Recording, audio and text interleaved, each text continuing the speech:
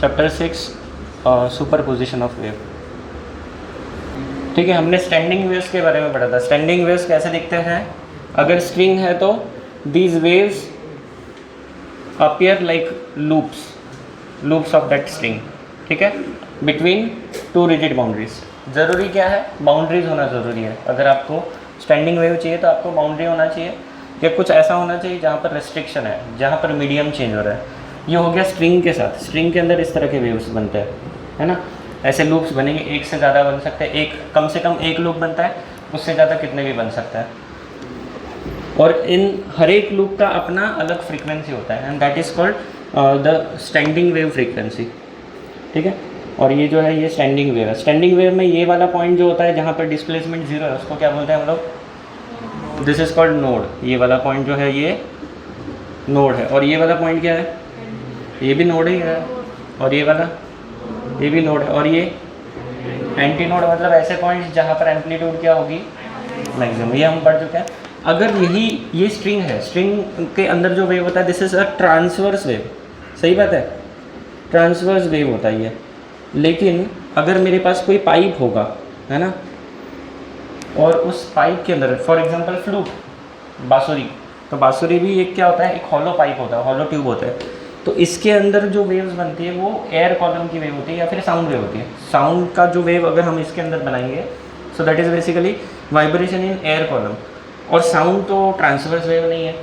तो मैंने क्या बताया था आपको, अगर आपको साउंड वेव का इसी तरह से स्टडी करना है तो हम लोग डिस्प्लेसमेंट की जगह प्रेशर वेव लेते हैं। ठीक है, कौन सी वेव लेते हैं? प्रेशर वेव साउंड के लिए। क्यों?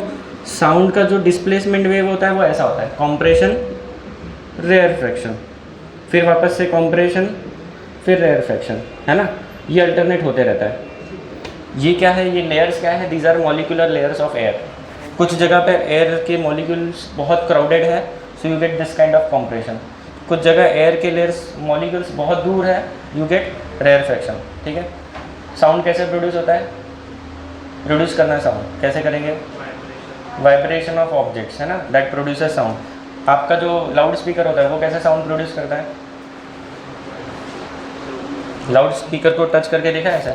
यहाँ टच करोगे तो you will feel the vibration. Loud speaker के आगे जो पार्ट है वहाँ पर आप टच करोगे you will feel the vibration. ये वाला जो कॉम्प्रेशन रेयरफेक्शन है आपकी स्किन फील कर सकती है। ठीक है, स्किन के अंदर एक तो थर्मल सेंसर होता है, एक प्रेशर सेंसर होता है। तो ऑब्वियस बात है ये थर्मल सेंसर काम नहीं कर रहा है, ये प्रेशर सेंसर चेक कर रहा है। ठीक है, so we can sense this changes in pressure. ठीक है, तो ये अब सिंस ये डिस्प्लेसमेंट ऐसा है, इसका एनालिसिस करना बहुत मुश्किल है। सो व्हाट वी डू, यहाँ पर प्रेशर कैलकुलेट करते हैं। It is found that pressure is maximum here, pressure is minimum here, again maximum here, then minimum here and so on. तो इसका अगर प्रेशर का डायग्राम बनाएंगे that looks similar to this. ठीक है, तो अगर ये एयर कॉलम है मतलब यहाँ पर हमने एक ट्यूब लिया है जिसको हमने किसी तरीके से जिसके अंदर साउंड वेव्स को डाला है इस ट्यूब के अंदर। ठीक है, तो व्हाट विल हैपन इज ये जो साउंड वेव है it will form different kind of standing waves. ये पहला मोड बनता है साउंड वेव के लिए। जहाँ पर पाइप क्लोज होगा उस पॉइंट पे बनता है प्रेशर नोड। यहाँ पर क्या बनता है? Pressure node. ओपन एंड पर बनता है प्रेशर एंटी नोड। ठीक है, इसका अलग से वीडियो है वो देख लेना, मैंने अपलोड कर दिया है। ठीक है, इसकी डेरिवेशन का वीडियो, मैं बस थियरी बता देता हूँ आपको, डेरिवेशन का वीडियो देख लो, सिंपल है।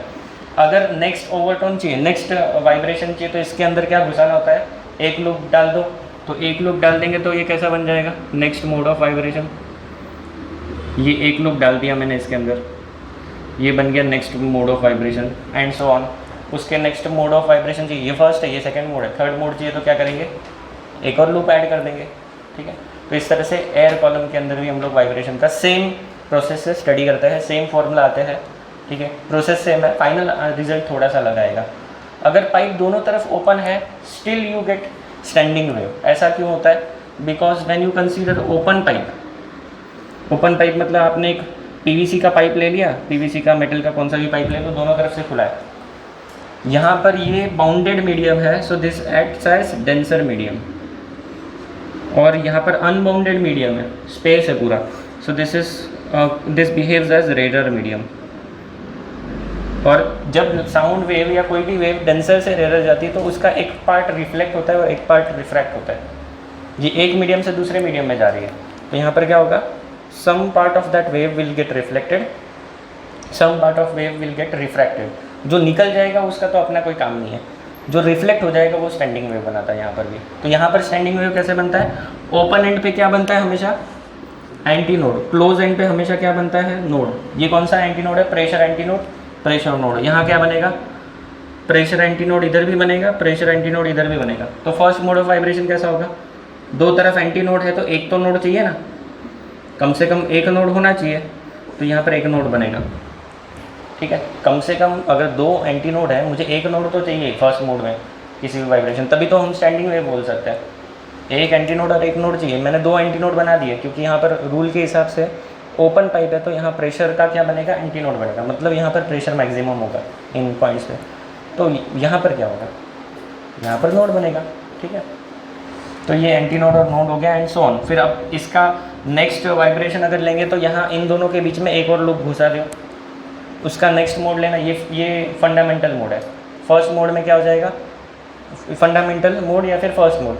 सेकेंड मोड ऑफ वाइब्रेशन में क्या हो जाएगा, एक लूप आ जाएगा। थर्ड मोड ऑफ वाइब्रेशन में दो लूप आ जाएंगे। स्टार्टिंग और एंडिंग एक जैसा ही होगा। ठीक है, तो ये वाले टॉपिक भी आप खुद से कर सकते हो, बस आपको ये पता होना चाहिए बेसिक आइडिया। ठीक है, तो जैसा स्ट्रिंग के अंदर वेव्स बनती है वैसे ही यहाँ पर भी बनती है, बस दिखती नहीं है, ये दिखती है आँखों से, ये आँखों से देख नहीं सकते। ठीक है, इसको मेजर कर सकते हैं, आँखों से देख नहीं सकते, बस इतना फ़र्क है। क्योंकि साउंड को हम लोग देख नहीं सकते ना, स्ट्रिंग के वेव्स को देख सकते हैं। अब इसी स्ट्रिंग वेव्स को लैब में किस तरह से स्टडी करता है, तो लैब में स्टडी करने के लिए there is a device which is called sonometer. Device का नाम क्या है, सोनोमीटर। सोनो का मतलब क्या है, sound, it is related to sound. And meter मतलब ऐसा डिवाइस जो साउंड का कुछ तो मेजर करे, कुछ तो मतलब ये फ्रीक्वेंसी मेजर करने वाला डिवाइस है। You can measure the frequency of sound. ठीक है, हम लोग साउंड का फ्रीक्वेंसी कैसे मेजर कर सकते हैं, आज का टूल क्या है, एंड्रॉयड ऐप डाउनलोड कर लो, फ्रीक्वेंसी मेजर करने वाला फ्रीक्वेंसी मेजर कर सकता है ना। तो अपने को ज़्यादा कोई तकलीफ नहीं है, ये पुराने ज़माने का टेक्निक है, लैब में यूज़ करते हैं अभी भी। तो कैसे करेंगे साउंड, ये सोनोमीटर दिखता है कैसे, पहले वो देख लो। So there is a wooden box, कुछ लिखो मत, बस ये थियरी टॉपिक है, ऐसे ही समरी बता देता हूँ, टेक्स्ट बुक में है और मेरे हिसाब से इस पर कोई क्वेश्चन नहीं आना चाहिए। ये जो है ये आपके लैब एक्सपेरिमेंट का पार्ट है। कितने लोगों ने लैब में सोनोमीटर का एक्सपेरिमेंट कर लिया है, अच्छा क्या बात है, अच्छे खासे बच्चों ने कर लिया है। बाकी लोगों ने जिन्होंने देखा नहीं वो यहाँ देख लो, ऐसा कुछ तो दिखता है, एक लकड़े का बॉक्स होता है, ठीक है, रेक्टेंगुलर शेप का, उसके ऊपर हम लोग कुछ ब्रिज जैसा रखते हैं। ब्रिज जैसा मतलब एक ट्रायंगुलर वेज रख देते हैं उसके ऊपर, और कुछ नहीं करते, बस इस तरह का। यहाँ पर भी वैसे ही कुछ तो ट्रायंगुलर वेज रख देता है, इसको हम लोग बोलते हैं knife edge. This is called knife edge. Real में नाइफ नहीं होता है, नाइफ एज बोला जाता है। It is simply a triangular object जिसके ऊपर हम लोग स्ट्रिंग रख सके। यहाँ पर एक पॉइंट पे स्ट्रिंग को फिक्स किया जाता है। स्ट्रिंग अलग अलग मेटल्स की होती है। हम लोगों ने जब लैब सेटअप किया था तो हमने कॉपर का मंगाया था स्ट्रिंग, आयरन का स्ट्रिंग मंगाया था और शायद से स्टील था, स्टील या और कोई मेटल था। ऐसे 2-3 मेटल जो उनके पास अवेलेबल थे उनके स्ट्रिंग मंगा लिए थे हमने। ठीक है, कोई भी मेटल का स्ट्रिंग लगा सकते हो, गिटार का स्ट्रिंग भी निकाल के लगा सकते हो इसमें। ये हो गया सेटअप। और यहाँ पर लगाया जाता है वेट। तो यहाँ पर वेइंग पैन लगाते हैं जनरली, पैन में हम लोग वेट्स ऐड करते हैं। सो दिस इज़ पैन जिसके अंदर हम लोग क्या लगाएंगे, वेट्स डालेंगे हम इसके अंदर। और ये पूरा सेटअप एक टेबल पे रखते हैं, दैट्स इट। तो अब यहाँ पर हर एक पार्ट का फंक्शन देख लो। ये स्ट्रिंग है, सो string has a function of vibration. तो ये वाइब्रेशन होने वाला है इसके अंदर, कैसे होगा वो बाद में देखेंगे। ये वेट का काम क्या है, इस पैन के अंदर आप वेट डालोगे so that produces a downward force mg which is a constant force, है ना। हमें कांस्टेंट फोर्स लगाना है तो we have to add weights. कितना फोर्स लगाना है that depends on how much mass you have added in the pan. ये mg के वजह से इस स्ट्रिंग में यहाँ क्या बन जाएगा, टेंशन T। ये टेंशन T किसके बराबर होगा, mg के बराबर। इतना तो लॉज ऑफ मोशन आता है अपने को, ऊपर जितना फोर्स है नीचे उतना ही फोर्स। सेम टेंशन, क्योंकि ये पूरा एक ही स्ट्रिंग है तो पूरे स्ट्रिंग के अंदर जो टेंशन बनेगा वो किसी भी पॉइंट पे टेंशन होगा T। ये मैं ऐसा एरो क्यों दे रहा हूँ पता है क्या? दोनों तरफ टेंशन दोनों तरफ होता है। अगर आप इधर से देखोगे तो टेंशन उधर, यहाँ से देखोगे तो टेंशन इधर, जहाँ से देखोगे उस डायरेक्शन में टेंशन होता है, उससे दूर tension is a pulling force. तो इस पूरे स्ट्रिंग में एक टेंशन टी आ गया, ये टेंशन को हम बढ़ा सकते हैं या घटा सकते हैं। याद करो हमने fundamental frequency of stress string पढ़ा था, कितना होता है fundamental frequency of stress string? What is T? Tension. तो इसको एडजस्ट करके हम लोग फ्रीक्वेंसी चेंज कर सकते हैं। ये क्लियर है? ओके। दूसरी चीज़ ये m, ये मास पर यूनिट लेंथ है, वो इस वायर पे डिपेंड करता है, ठीक है। तो ये कैसे निकाल सकते हैं? स्मॉल m को निकालने के लिए आपको क्या करना पड़ता है? आपको पूरे जो वायर है उसको इस सेटअप में लगाने से पहले निकाल लो, उसको वेइंग पैन में वेट कर लो उसका कि कितने ग्राम का है। तो लेटेस्ट से capital M is mass of that wire, latest से 1 मीटर या 2 मीटर उसका लेंथ मेजर कर लो and divide that by length. So that is this linear density, that is mass per unit length, unit होगा kilogram per metre, ठीक है। वो यहाँ डालोगे वैल्यू। टेंशन आप यहाँ पर आप खुद एडजस्ट कर सकते हो, तो ये आपके हाथ में है ये वैल्यू। लेंथ जो है ये वाइब्रेटिंग लेंथ है, ये इन दोनों ब्रिज के बीच में वाइब्रेशन होने वाला है हमेशा, तो this length will be vibrating length. अब हम लोग ट्यूनिंग फोर्क का फ्रीक्वेंसी इससे मेजर करते हैं, अलग अलग साउंड फ्रीक्वेंसीज मेजर करना होता है, ठीक है। मैंने आपको कोई ट्यूनिंग फोर्क दे दिया और उसका फ्रीक्वेंसी आपको मेजर करने के लिए बोला, तो you can use this device, you can use this formula. अब करेंगे कैसे? तो ट्यूनिंग फोर्क देखा है कि सभी ने? ट्यूनिंग फोर्क कैसा दिखता है? सो ऐसा यू शेप का एक मेटल का ऑब्जेक्ट होता है इस तरह का थोड़ा बहुत, और मेटल का बना होता है, स्टील का या फिर जो बेल मेटल यूज़ करता है, बेल्स में यूज़ करता है उस तरह का मेटल होता है, अलॉय होता है। एंड देन उसको रबर के हैमर से ऐसे मारते हैं, तो क्या होता है? It produces sound, it moves like this, ऐसा मूव करता है। बहुत माइक्रो वाइब्रेशन होता है, आंखों से नहीं दिखता है, बट दैट प्रोड्यूसेस साउंड। और इस सोनोमीटर इस ट्यूनिंग फोर्क को एक बार बजाया, ये इसका फ्रीक्वेंसी हमें नहीं पता है, इसको बजाया और यहाँ पर रख दिया इस बॉक्स के ऊपर। So that vibration in that sonometer in this क्या है tuning fork will get setup as a vibration of air column in this box, ठीक है। उस वाइब्रेशन का फ्रीक्वेंसी और इसका फ्रीक्वेंसी मैच हो जाएगा, क्योंकि ये खाली बॉक्स ही है ना, वैसे भी खाली बॉक्स है, तो इसके अंदर जो भी वाइब्रेशन होगा साउंड का that will be same as this vibration, ठीक है। तो बेसिकली ये साउंड एम्पलीफिकेशन का काम कर रहा है, एकॉस्टिक एम्पलीफिकेशन, अगर आपको पता होगा तो this is basically acoustic amplification of this same sound.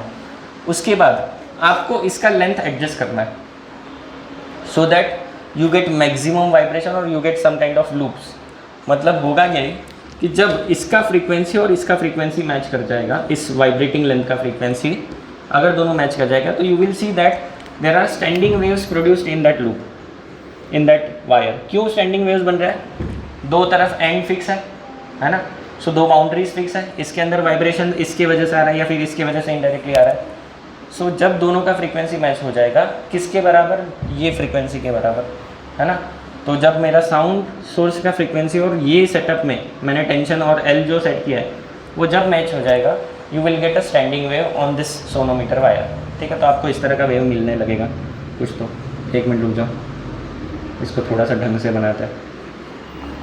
ये ऐसा कुछ, तो ये आपका वायर है, ये इस तरह से जा रहा है स्ट्रिंग, ठीक है। This is your string,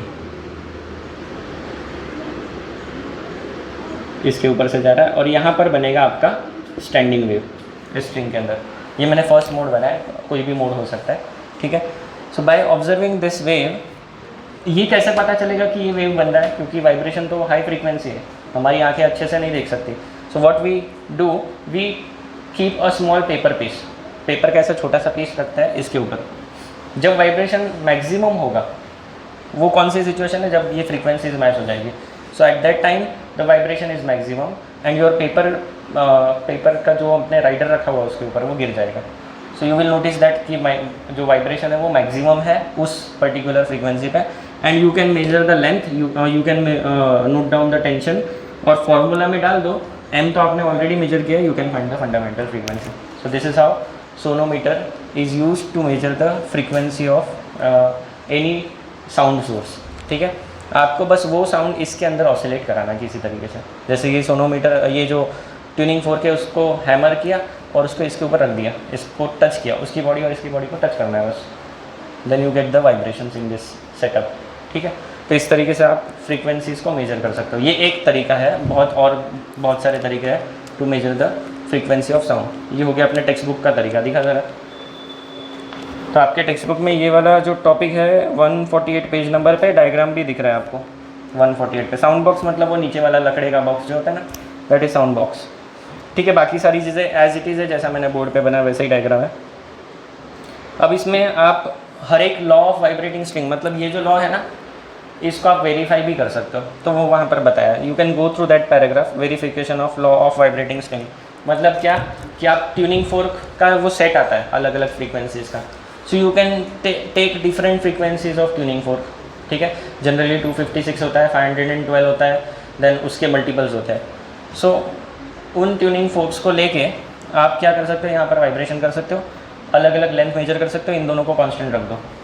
so what will happen, आपके पास डिफरेंट फ्रीक्वेंसीज के लिए n1, n2, n3 and so on, you will have different values of length, you will have different values of length. यहाँ पर कुछ तो value आएगी, यहाँ आएगी, यहाँ आएगी, यहाँ आएगी, and then you can verify. कैसे वेरीफाई करोगे, n is inversely proportional to l। अगर n is inversely proportional to l है तो nl इक्वल टू क्या आ जाएगा, कांस्टेंट आ जाएगा, ठीक है। तो आप क्या कर सकते हो, n इंटू l ये प्रोडक्ट निकाल सकते हो इस इन वैल्यूज़ पे से। Take tuning fork of certain frequency n1, let us say 256 hertz का ट्यूनिंग फोर्क लिया, इस सेटअप में रख दिया, जहाँ पर आपको मैक्सिमम वाइब्रेशन मिला वहाँ पर आपका L और वो फ्रीक्वेंसी मैच हो चुका है। तो आप क्या करोगे, उस फ्रीक्वेंसी के लिए L का वैल्यू मेजर करोगे, ठीक है। 2 बार 3 बार 4 बार जितनी बार आपको रीडिंग लेना उतनी बार ले लो। देन प्रोडक्ट NL निकालो, L का एवरेज लेके फिर NL प्रोडक्ट निकालो, फिर वापस से नेक्स्ट ले लो N2, फिर N2 L2 निकालो, N3 L3 निकालो। ये हमेशा क्या आना चाहिए, प्रोडक्ट ये कांस्टेंट आना चाहिए, ठीक है, आसपास आना चाहिए बिल्कुल सारे रिजल्ट्स। अगर वैसा हो रहा है मतलब हमारा ये जो लॉ है n is inversely proportional to l, ये सही है। तो इस तरह से आप इस लॉ को वेरीफाई कर सकते हो। You can verify all this law. एक ये l का लॉ वेरीफाई कर लिया, वैसे ही t का लॉ वेरीफाई कर सकते हो। क्या करोगे, लेंथ फिक्स कर दोगे, फ्रीक्वेंसी भी फिक्स कर दोगे। मतलब आप पहले क्या करोगे, किसी फ्रीक्वेंसी के लिए लेंथ देख लोगे कौन सी आ रही है, आ गया, फिर टेंशन की वैल्यू चेंज करते चलो, फ्रीक्वेंसी के साथ टेंशन की वैल्यू चेंज करते चलो। तो n और t का ग्राफ बनाओ, t निकाल लिया, फिर स्क्वायर रूट ऑफ t निकालो, और फिर क्या करोगे, n upon square root of t ये रेशो निकालो। अगर वो रेशो कांस्टेंट आ रहा है so you can say that ये जो सेकंड लॉ है वो भी वेरीफाई हो गया।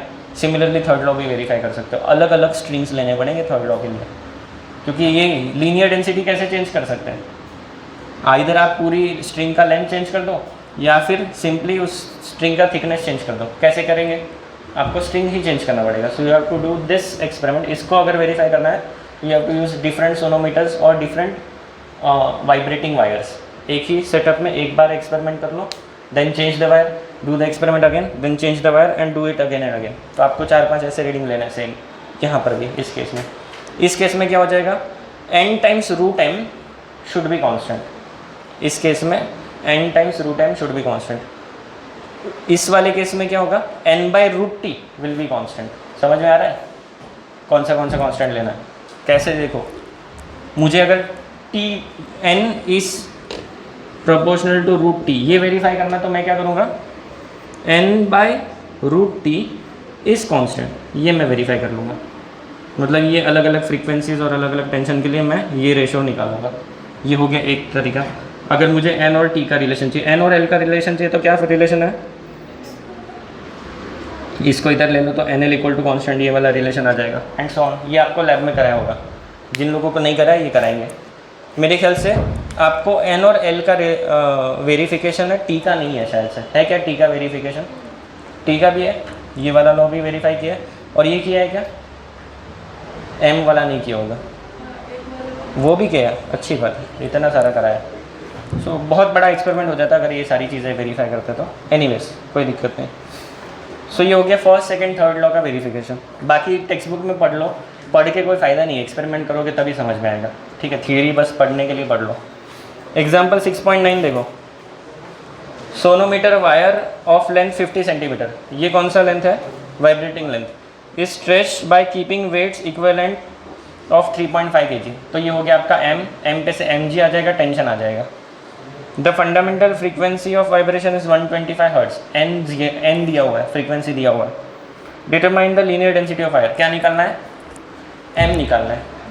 क्वेश्चन में देख के बताओ n कितना है, क्वेश्चन में देख के बताओ n कितना है, 125। l कितना है क्वेश्चन में देखो, 0. क्या है 0.5 मीटर। t कितना है, वो किलोग्राम है, न्यूटन में चाहिए। 3.5 इंटू 9.8 किलोग्राम है ना, किलोग्राम को किस में चाहिए, न्यूटन में चाहिए। तो क्या करोगे, ये किलोग्राम है, मुझे न्यूटन में चाहिए, तो mg करना है ना।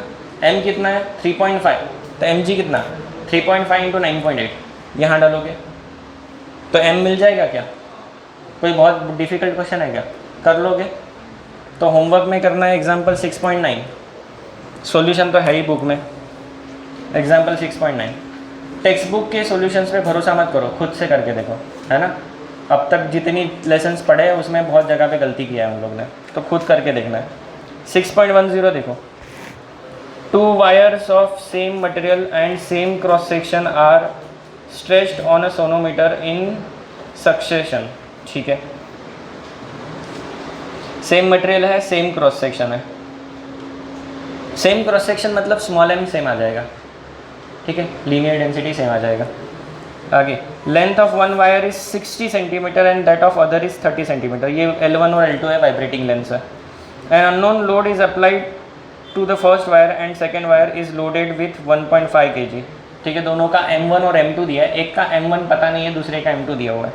If both wires vibrate with the same fundamental frequency, दोनों का n सेम है, n सेम है, क्या क्या चेंजेस हो रहा है, L डिफरेंट है, यस और नो, L डिफरेंट है, T डिफरेंट है, टेंशन एक पे अननोन लगाया, दूसरे पे कितना तो किलोग्राम लगाया, और ये तो सेम रहना है।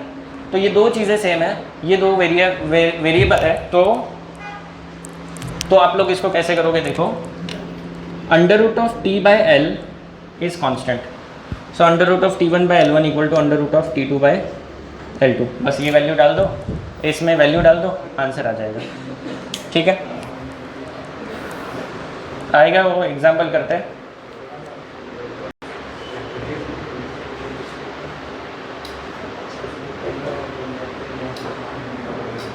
एग्जाम्पल देखो 6.11, क्या बोला है 6.11 एग्जाम्पल में,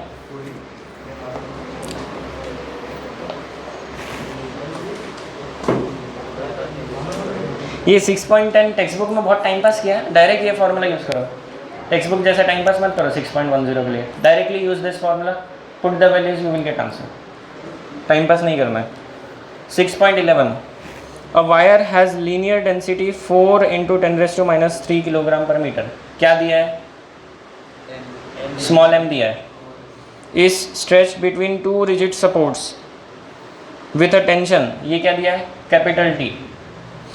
the wire resonates at a frequency 420 hertz. Resonates मतलब जब फ्रीक्वेंसीज मैच हो जाती है और मैक्सिमम वाइब्रेशन होता है सोनोमीटर में, that is called resonance condition. तो 420 hertz and 490 hertz in 2 successive modes, first mode second mode, ये दिया है हमें। Find the length of wire. अब ये थोड़ा सा टफ है क्वेश्चन, टफ नहीं है, बस समझा देता हूँ मैं आपको कैसे करना है। इसको बोर्ड पे करते हैं, 6.11 को करते हैं बोर्ड पे।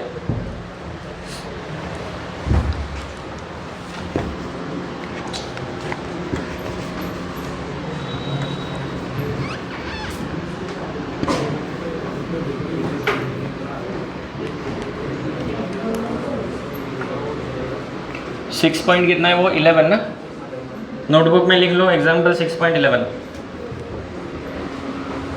Example number 6.11। कर सकते हो ना बच्चों बाकी वाले एग्जाम्पल, ऐसा तो नहीं होगा घर पे जाके कुछ नहीं आ रहा है, होता है ऐसा, इसलिए पूछ लिया पहले। 6.11, a wire has linear density. अच्छा मुझे डेटा बताते जाओ, मैं लिख लेता हूँ फटाफट से। लीनियर डेंसिटी कितना दिया है, किलोग्राम पर मीटर, सही है। नेक्स्ट लाइन पढ़ो क्या है, टेंशन दिया है, टेंशन कितना दिया है 360 न्यूटन। कुछ लोगों ने टेस्ट पेपर में सिर्फ गिवन डेटा लिखा है, गिवन डेटा को मार्क्स नहीं मिलते हैं। कुछ लोगों की ये अंधश्रद्धा है कि गिवन डेटा को मार्क्स मिलते हैं, तो ऐसा नहीं है, एग्ज़ाम में नहीं मिलेंगे। ठीक है, कन्वर्जन नहीं किया तो मार्क्स कट होंगे, लेकिन लिखोगे तो सिर्फ ये लिखोगे तो मार्क्स मिलेंगे, ऐसा नहीं है। हाँ, अगर फेल हो रहा है और टीचर को दया आगे जाने दे, गिवन डेटा को मार्क्स देके बच्चे को पास करते हैं तो बात अलग है, अदरवाइज पास भी नहीं होंगे इससे। नेक्स्ट बताओ क्या लिखा है। फ्रीक्वेंसीज दिया है ना, 2 फ्रीक्वेंसी दिया है। N1 कितना दिया है 420 हर्ट्स, और नेक्स्ट फ्रीक्वेंसी कौन सा दिया है 490 हर्ट्स। ठीक है, ये सक्सेसिव मोड्स ऑफ वाइब्रेशन है, सक्सेसिव मोड्स ऑफ वाइब्रेशन ये दिया है हमें, यहाँ पर प्रॉब्लम है, इसलिए ये थोड़ा सा अलग टाइप का क्वेश्चन है। लेटेस्ट से ये मेरा पीथ मोड ऑफ वाइब्रेशन है, first mode, second mode, third mode, fifth mode, कोई तो पीथ मोड है। ये उसके नेक्स्ट वाला है, तो ये P+1 हो जाएगा। समझ में आ रहा है क्या? अगर ये मेरा सेकेंड मोड है तो ये थर्ड होगा, ये थर्ड है तो ये फोर्थ होगा, सो ये पीथ होगा तो ये P+1 होगा। ठीक है, यहाँ तक क्लियर है। अब इसका जो फॉर्मूला है वो मैं दे देता हूँ आपको।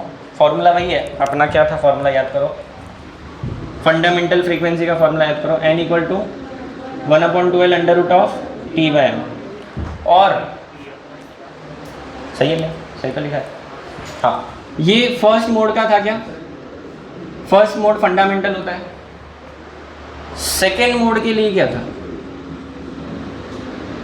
सेकेंड मोड इसका नेक्स्ट फ्रीक्वेंसी इसकी डबल थी, सो सेकेंड मोड जो होता है वो 2 टाइम्स फर्स्ट मोड होता है। तो इसको मैं ऐसे लिख सकता हूँ। सिमिलरली थर्ड मोड अगर लेंगे तो वो क्या होता है, ये स्ट्रिंग की बात कर रहा हूँ बच्चों में, स्ट्रिंग का हमने कल परसों ही डेरिवेशन किया। तो थर्ड मोड क्या होता है 3 टाइम्स फंडामेंटल, यही तो फॉर्मूला अपने को चाहिए, और ये चाहिए, ये तो पता है, ये भी पता है। तो अब जनरल क्या कर देंगे, पीथ मोड होगा तो यहाँ पर P टाइम्स N1 आ जाएगा, और नेक्स्ट उसके अगला वाला जो मोड होगा उसके लिए P+1 टाइम्स N आ जाएगा। N1 is fundamental. ठीक है, लेट N1 नहीं लिखते, N0 लिखते हैं। N0 लिखना भी सही नहीं है, इसका नाम चेंज कर देते हैं। इसको क्या लिखते हैं, इसको NP लिखते हैं, चलेगा, और इसको NP+1 लिखते हैं, है ना। ये पीथ मोड है और ये P+1 है। Let N1 be the fundamental mode. सही बात है, फंडामेंटल को हमने क्या बोला हुआ है, फंडामेंटल मोड ऑफ वाइब्रेशन क्या है, N1 है। अब मेरा NP जो होता है वो क्या होता है, P टाइम्स N1 होता है, और NP+1 क्या होता है, P+1 टाइम्स N1 होता है। अभी हमने इसी लॉजिक को एक्सटेंड किया है, ध्यान दो बिगनर। ठीक है, हमारे पास ये दोनों वैल्यूज़ है, हमारे पास P नहीं है ना, कौन सा मोड है वो नहीं है। फंडामेंटल है क्या, फंडामेंटल नहीं है, लेकिन क्या हम लोग फंडामेंटल निकाल सकते हैं क्या फ्रॉम गिवन डेटा। टेंशन है, M है, L नहीं है, L है क्या, देखो क्वेश्चन में L भी फाइंड करना है, L ही फाइंड करना है क्या। ठीक है, चलो पहले वैल्यूज तो डाले। NP का वैल्यू क्या हो जाएगा, ये इधर है, यहाँ पर 420। मैं इन दोनों को डिवाइड कर देता हूँ, इक्वेशन 1 इक्वेशन 2, लिखो मत, मुझे पूरा सॉल्व करने दो, मुझे नहीं पता इसका सोल्यूशन क्या है। इक्वेशन 1 डिवाइड बाई इक्वेशन 2, इन दोनों को डिवाइड करेंगे तो NP upon NP+1 equal to P upon P+1। N1 N1 तो कट हो जाएगा, है ना, ये तो कट हो जाएगा। तो इसमें वैल्यूज़ डालते हैं। NP कितना है 420, ये 490, ये P कितना है नहीं पता, P+1 नहीं पता। सॉल्व करते हैं इसको फटाफट से, ये कितना आ रहा है, 0 गया 0 गया। सो P+1 into 42 equal to 49P, ये हो जाएगा 42P + 42 सही कर रहा हूँ ना? देखते चलो। 49p, 49 में से 42 गया, कितना बचता है बच्चों? 7p equal to 42, p equal to 42/7 कितना होता है? 6। सिक्स्थ मोड है, तो ये है सिक्स्थ मोड, ये है सेवन्थ मोड। पता चल गया कौन सा मोड है? चलो, अपने को ये निकालना नहीं था, अपने को क्या निकालना है क्वेश्चन में? हमें L निकालना है ना, वाइब्रेटिंग लेंथ निकालना है। क्वेश्चन पढ़ दो एक बार जरा।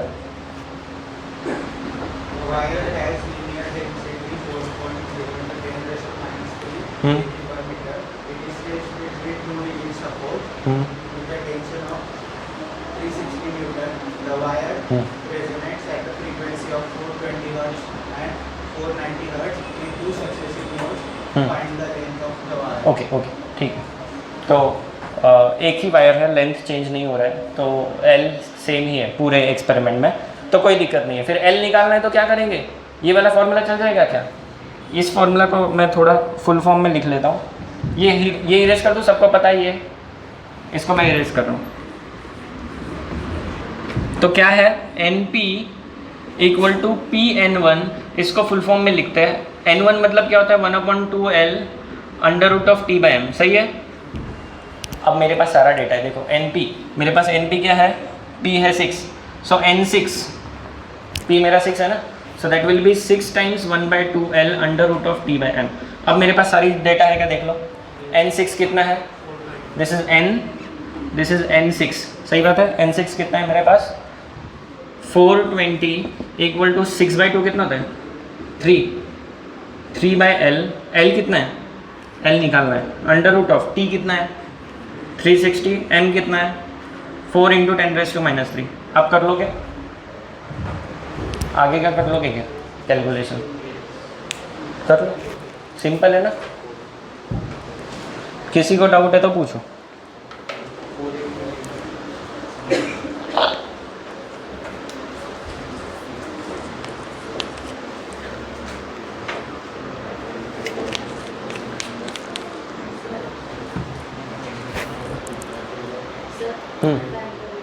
कमी करू कुठला आहे त्याचा? हा आहे कमी बरं झाला का? काही झाला कमी?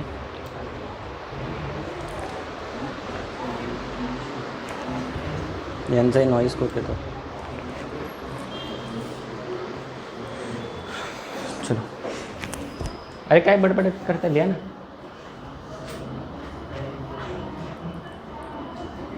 कितना टाइम है मेरे को? नेक्स्ट टॉपिक भी पढ़ाना है आज, बीट्स।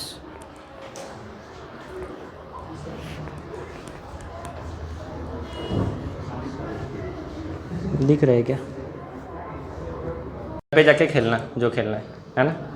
सुनो, क्या है, दो हमारे पास अभी देखो, अपना बजट कम है, अपने पास सिर्फ एंड्रॉयड फ़ोन है ना, तो सोनोमीटर और वो सारी चीज़ें नहीं है एक्सपेरिमेंट कराने के लिए।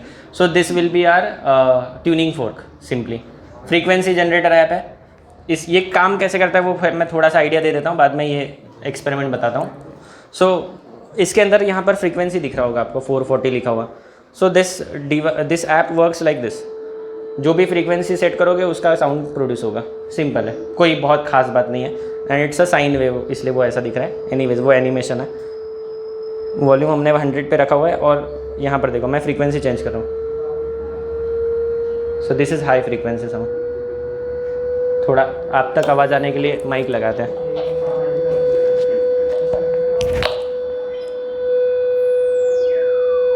बाकी लोग बंद करो, बाकी लोग बंद करो।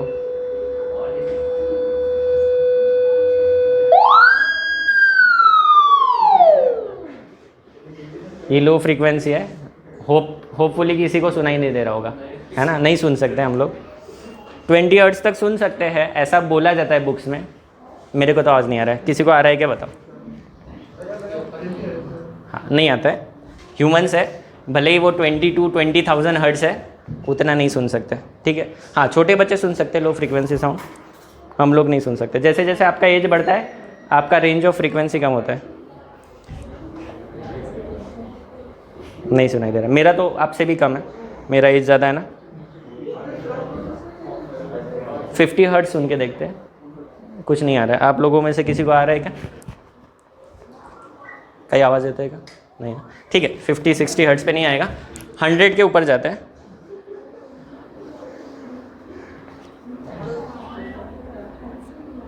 बाकी लोग बंद रखो आवाज़।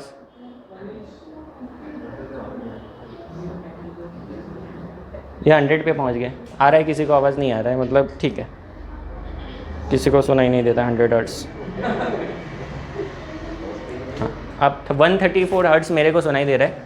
उससे इसको मानस कान जवळ घे ना, आवाज़ येत आहे का?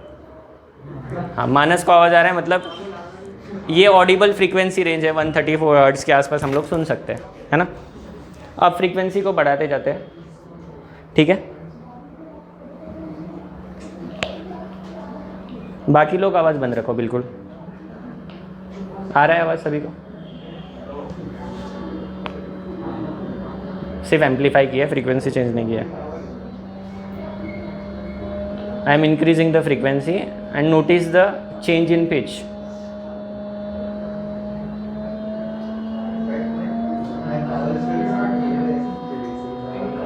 ये 248 हर्ट्ज़ के आसपास है, ये 256 हर्ट्ज़ है, 260 हर्ट्ज़, मतलब जो सारे गमा होता है उसका सा, that is this 260 hertz.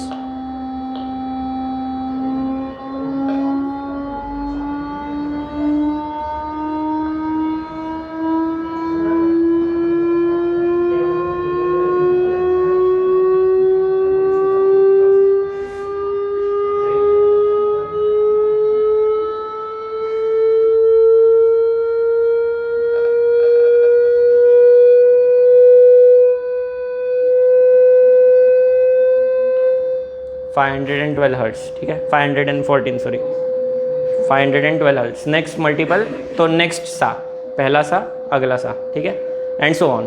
So higher frequencies आप देख सकते हो 1000 हर्ट्ज़, ठीक है। सो जैसे जैसे फ्रीक्वेंसी बढ़ेगा the sound becomes more and more shrill, ठीक है। अब आय डाली, थांबा, हाँ गेली, ठीक है। अब हम लोग क्या करने वाले वो समझो। 440 हर्ट्ज़ लेंगे, दैट इज़ ओके। 440,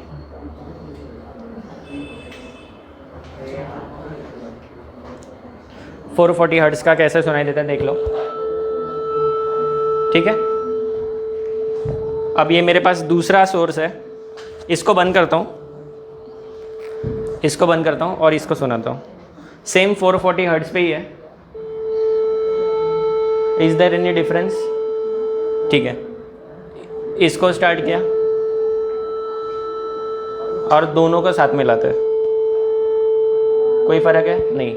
अब देखो 440 हर्ट्ज़ को मैं क्या कर रहा हूँ, 442 हर्ट्ज़ करते हैं, ठीक है।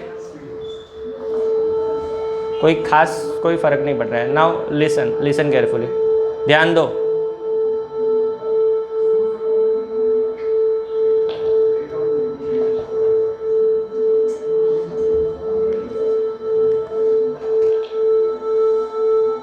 कुछ खास लगा? एक बंद कर देता हूँ, एक मैंने बंद कर दिया, 440 वाला बंद किया, 442 चल रहा है, ठीक है। अब मैं 440 वाला स्टार्ट कर रहा हूँ, ध्यान से सुनना, कुछ फ़र्क पड़ रहा है क्या?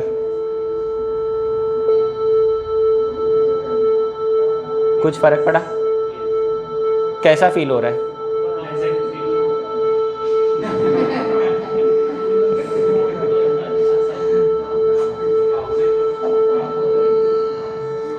अब 442 कर दिया मैंने, दोनों का फ्रीक्वेंसी मैच कर दिया। दो साउंड सोर्सेज है, दोनों का फ्रीक्वेंसी मैच किया, क्या हो रहा है? एक जैसा साउंड आ रहा है। 442 को मैं वापस से 440 करता हूँ, मतलब एक 440 और एक 442, ठीक है। फ्रीक्वेंसी डिफरेंस आने पे क्या हो रहा है? वाऊ वाऊ वाऊ ऐसा साउंड क्रिएट हो रहा है, और डिफरेंस लाते हैं।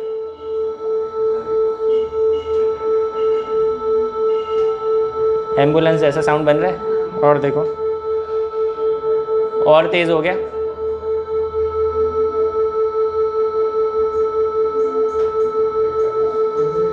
है ना। So this is called beat. 440, 446, 436, 4 hertz का डिफरेंस है, नहीं sorry 440, 436, this is difference of 4 hertz. ठीक है, अलग कर देता हूँ, ध्यान से देखना। गायब हो गया इफेक्ट, स्टार्ट हो गया वापस से same effect. So there is something which is happening, क्या हो रहा है वो बताओ। दो साउंड वेव्स जिनका फ्रीक्वेंसी स्लाइटली डिफरेंट है, उनका इंटरफेरेंस हो रहा है, and that is producing this which is called beat. इस जो ये जो इफेक्ट है, दिस इज कॉल्ड बीट। ये मुझे अनलॉक करके दो, ये किसका है, दोनों फ़ोन अनलॉक करके दो, थोड़ा हायर फ्रीक्वेंसी का बीट सुनते हैं कैसा लगता है। ठीक है, the same effect is used by musical instrument player to tune their instruments, है ना। आप में से अगर कोई म्यूजिकल बैकग्राउंड का होगा, क्लासिकल म्यूजिक किसी ने किया है क्या, विशारद वगैरह, या फिर कुछ हायर लेवल तक का है क्या, कोई म्यूजिकल बैकग्राउंड का नहीं है, ठीक है। तो जब म्यूजिकल इंस्ट्रूमेंट्स को ट्यून किया जाता है, so the instrument player uses this concept, app नहीं यूज़ करते, अपने कानों का यूज़ करते हैं। तो एक पीछे वो तानपुरा आपने सुना होगा, वो ऐसे ऐसे बैठे रहते हैं और ऐसे ऐसे बजाते रहते हैं, दैट इज़ तानपुरा। तो तानपुरा क्या करता है, रेफरेंस फ्रीक्वेंसी जनरेट करता है, और फिर उसके फ्रीक्वेंसी को सुन के अपने इंस्ट्रूमेंट को ट्यून किया जाता है। अगर आपने म्यूजिकल शो देखे होंगे तो शुरुआत में वो लोग ट्यूनिंग करता है। So it is for this. Unlock करके दे दो यहाँ पर, एक 440 ही रखते हैं और दूसरा चेंज करते हैं, ठीक है।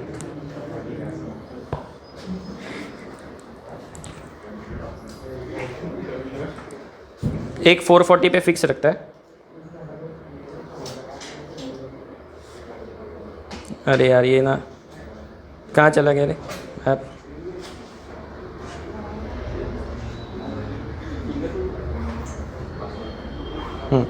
मिल गया।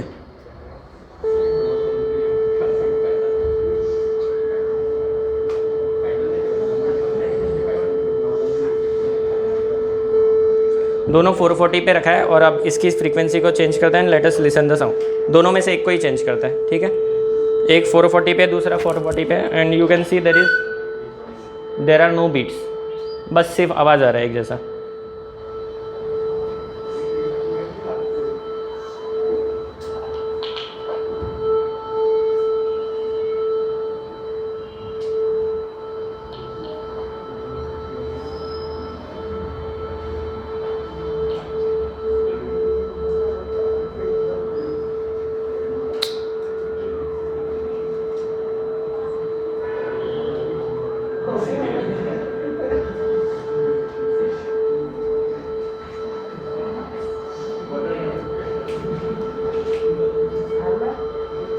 फोर 46 पे रखा हुआ है।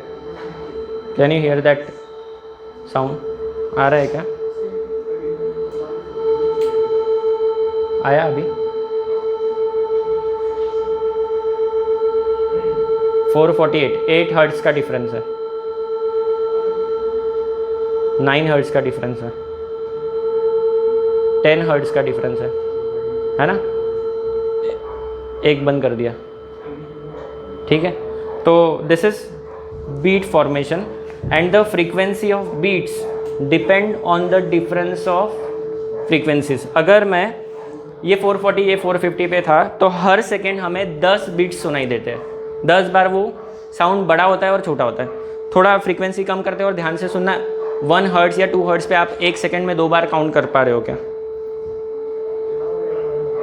ये 440 हर्ट्ज पे मैंने स्टार्ट कर दिया दोनों को।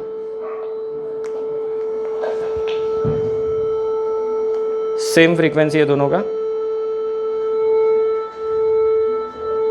1 हर्ट्ज का डिफरेंस है।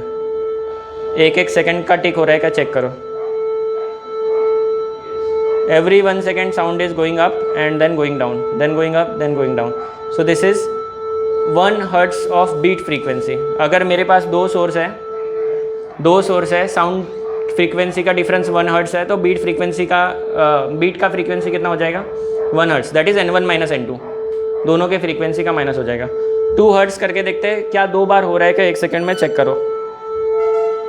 2 हर्ट्ज किया है डिफरेंस, एवरी हाफ सेकेंड टिक हो रहा है, देखो टाइमर लगा के चेक कर सकते हो। एवरी हाफ सेकेंड ये पीक जा रहा है, बढ़ रहा है, कम हो रहा है, बढ़ रहा है, कम हो रहा है। 1 सेकेंड में 2 बार बढ़ेगा, कम होगा। 3 हर्ट्ज कर दिया, 1 सेकेंड में 3 बार हो रहा है, ठीक है। 1 सेकेंड में 4 बार आपको फ्रीक्वेंसी में चेंजेस सुनाई देंगे, ठीक है। सो बाकी आप कर सकते हो, घर पे बैठ के इसके साथ खेल सकते हो, है ना। मैंने फिज़िक्स आपको दिखा दिया है, अब मैथमेटिक्स भी पढ़ा देता हूँ।